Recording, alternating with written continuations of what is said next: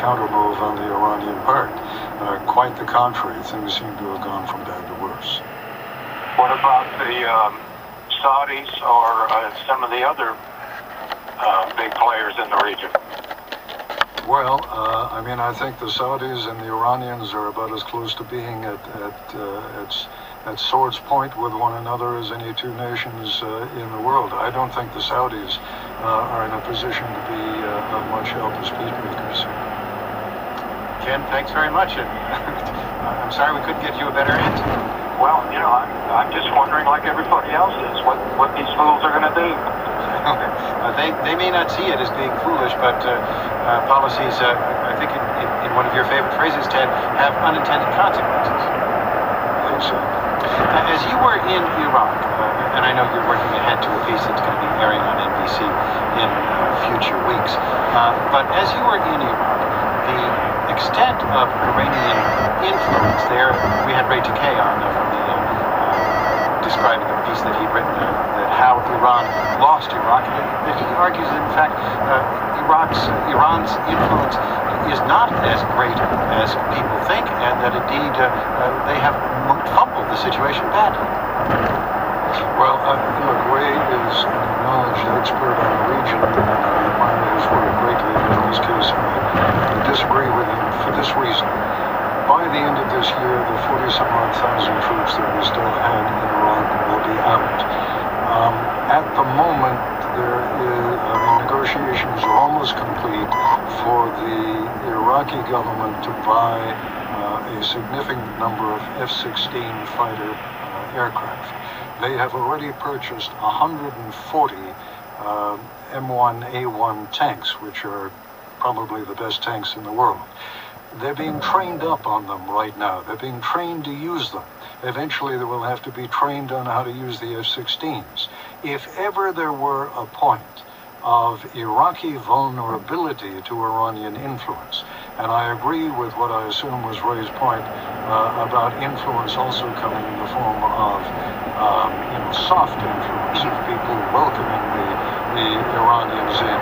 I might agree with him on that point, but I think the vulnerability of Iraq now to Iraqi influence, and possibly even more than just influence, those rockets that are being fired at the U.S. consulate in Basra 2 or 3 times a week, they come from Iran. Once U.S. forces are out of there, and before Iraqi forces are trained up on these sophisticated weapons, will be the time for Iran. And doesn't Iran, we just have to limit yourself that, but doesn't Iran also face a sharp strategic setback if its ally in Syria, the Assad regime, if they continue to experience, clearly going to continue to experience difficulties, they may be out before some time.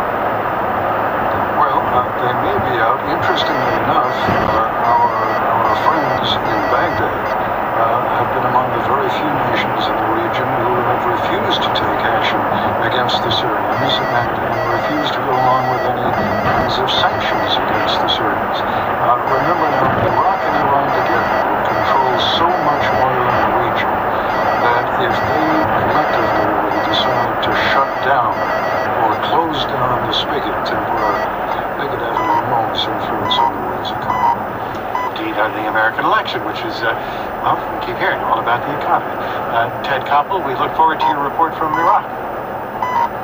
Thank you very much. I look forward to talking to you again soon. NPR commentator Ted Koppel joined us from his home in Maryland. Tomorrow, it's Gary Nell's first day on the job as NPR's new CEO. He'll join us to take your calls. Be interesting. Stay with us for that. I'm Neil Conan. It's the Talk of the Nation from NPR News.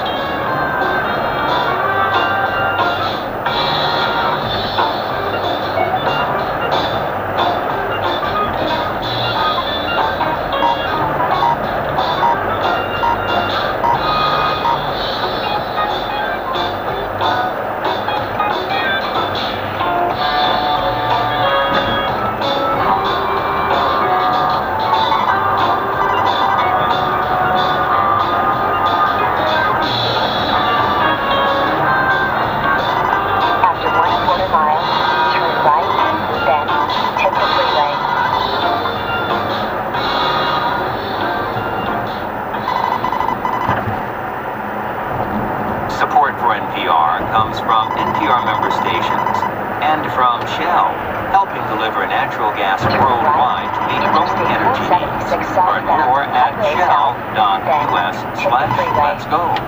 From Novo Nordisk, committed to changing diabetes in communities worldwide and supporting World Diabetes Day.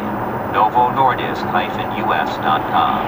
And from ESET, offering home internet security with parental controls to fight spam, viruses, and cybercrime.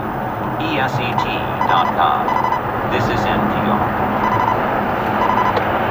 The fiery Juan Williams and an undercover stick video led to the dismissal of NPR's CEO and two top managers.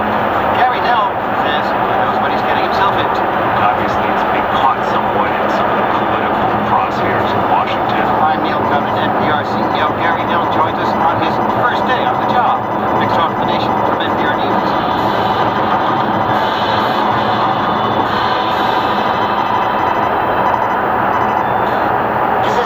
WHYY-FM Philadelphia, WNJN-FM Atlantic City, WNJZ-FM Cape May Courthouse, WNJM-FM Manahawkin, WNJB-FM Richmond, and WNJS-FM Berlin. It's 2:59, fresh air with Rose is next to WHYY. That's after we take a first look at the afternoon drive. Hello, Randy Chappigan.